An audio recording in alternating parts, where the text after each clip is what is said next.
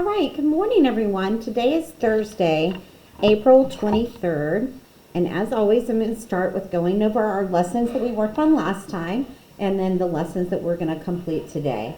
So last time you had your warm-up. Please make sure you stop the video if you haven't completed your warm-up for Thursday. You created your wanted poster, which should be colored and neatly done with a final copy written for your paragraph. Remember, all your writing is going to be graded using that 6+1 writing crates. You watched our 2 videos that talked about the Voting in America, the letter.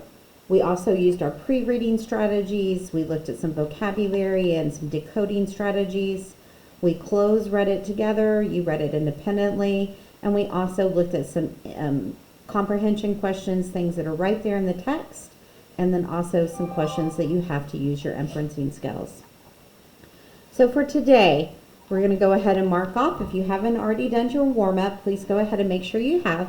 I'll post a key at the end of Friday to help you with checking your warm-up throughout the week. Your warm-up should take between 5 and 10 minutes. And remember, you don't have to rewrite all those sentences. Just use your editing marks.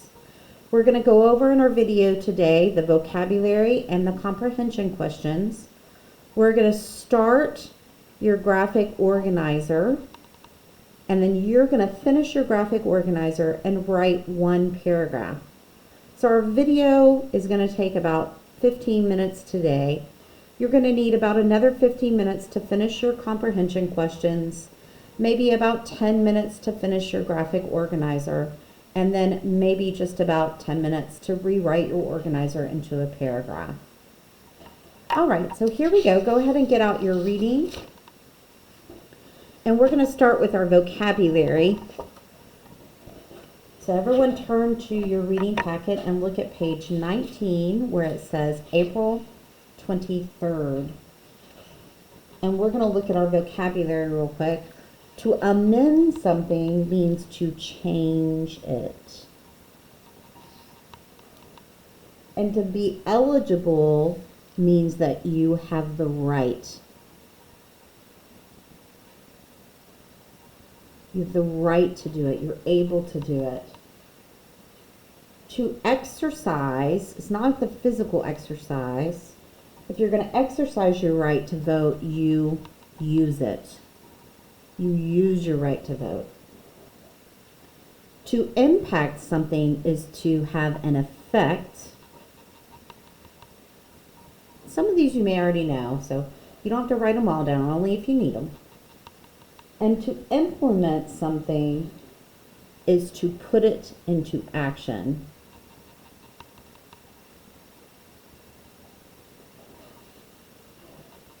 To inhibit someone is to prevent them. If I inhibit you from doing something, I prevent you from doing it. Issues, an important topic.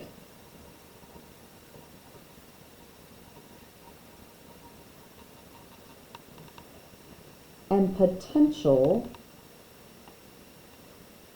if you have the potential to do something, it is possible. Now we used all these words in our reading yesterday. Below is some fill in the blank to kind of practice. Remember, you may have to add or take away some suffixes. And then please choose 2 of the words to write your own sentences. Please don't use the sentences from the text. These need to be your own sentences. When you're done, you're going to work on your comprehension questions. And remember, this is one of the ways that I'm going to assess that you've done your work each day, is that you finish your comprehension questions. You have 4 multiple choice questions. I'll post a key to this near the end of the week where you can check your work. And you need to answer number 5 and 6. Remember, they give you multiple lines because they want multiple answers. You can kind of think of these like ERQ questions, multiple sentences. According to the selection, why is it important for people in a democracy to vote? So the skill we're working on here is that you can read and comprehend complex text, that you can find evidence from the text, and you can explain and analyze it. So you're going to need to have several different ideas, which means at least two, and you're going to pull them straight from the text and then explain. Number 6, give 2 reasons that some Americans who are eligible don't vote. And I need full thoughts, ideas from the text, with you explaining or analyzing what the text evidence means. All right, when you're done, so pause this now if you need to stop and answer those. Your writing prompt for today, and there's 4 of these throughout your unit, 1 this week and 3 next week. The key we're working on today is looking at understanding problems and solutions, which is one of the key ways that authors structure their text. They'll present a problem and then give you a solution. And so I'd like you to find 3 problems and 3 solutions. Remember that we're going to find text evidence, but then you also need to give an explanation. If you just copy the text, it doesn't include analysis and it wouldn't be full credit. I need to have your own thinking. So we're going to do the very first one together. What is one barrier to voting? So everyone go back to your text. We're going to find one barrier to voting. Most of the barriers were presented on page 17.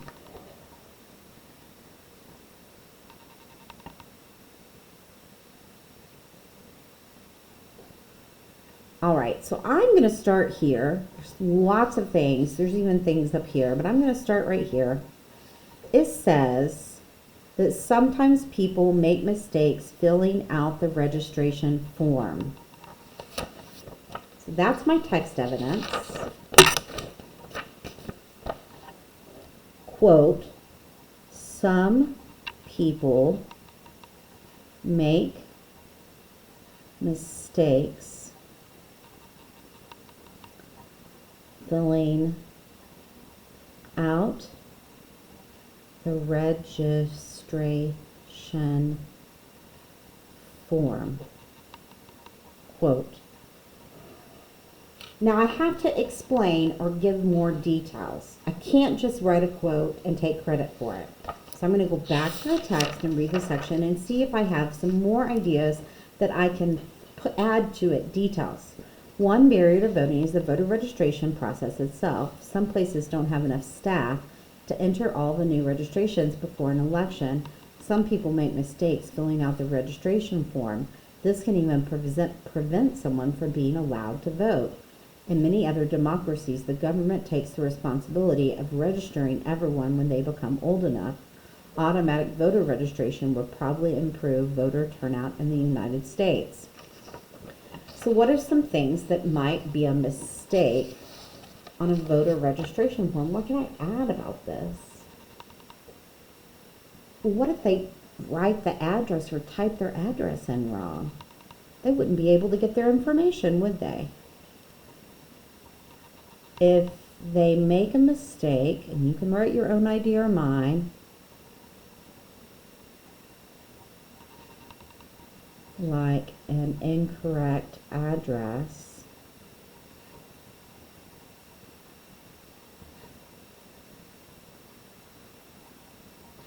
the ballot wouldn't come to them.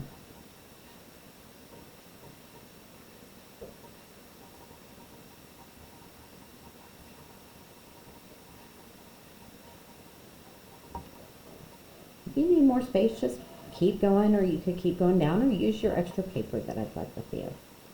Now, what was one possible solution? Well, it said the government could take the responsibility of registering everyone when they become old enough.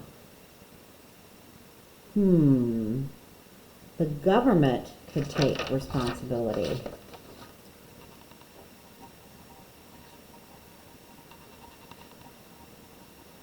just abbreviated government.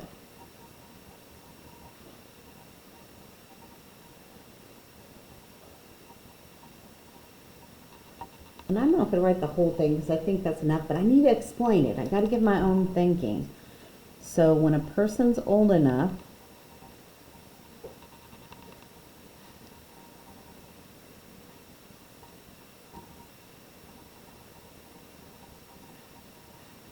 how old was that again? Oh yeah, 18 years. The government automatically does it.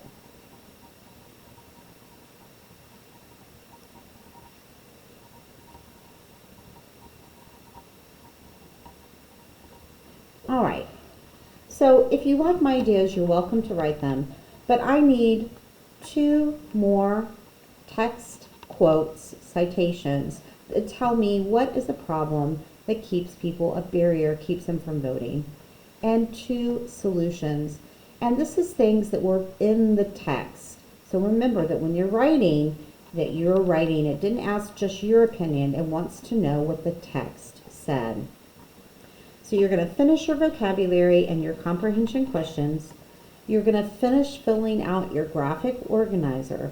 And then your last assignment for today is to, on a separate sheet of paper, or you can type on a Google document, and it says write a 3-paragraph problem solution. You can just write 1 paragraph. But I need information. Paragraph. Man, my spelling's off today.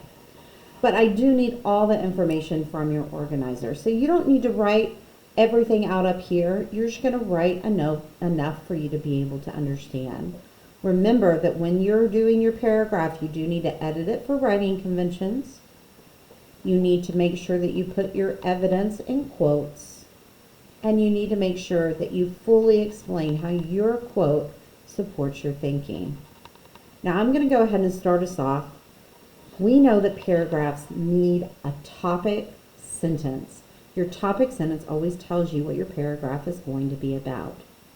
So I'm going to give it to you, but you're welcome to write your own. Don't write it down here. You're going to write it on your final copy. There are many barriers to voting in America, but also many solutions. You're welcome to write your own topic sentence, but if you want to use my topic sentence, that would be for you. Now remember, a quality paragraph is 5 to 7 sentences. If you have 1 sentence here and you had 1 sentence for each problem and each solution, you'll have a nice quality 5th grade paragraph. All right, you have a lot of work to do today. This day is pretty heavy in writing. We kind of alternate reading days, question days, writing days. This one's pretty heavy in writing, so get to it. And remember, when you talk to me on Zoom every day or when I post our Zoom updates, you are welcome to ask me about any of these assignments and we can work on them as well. All right, have a great afternoon.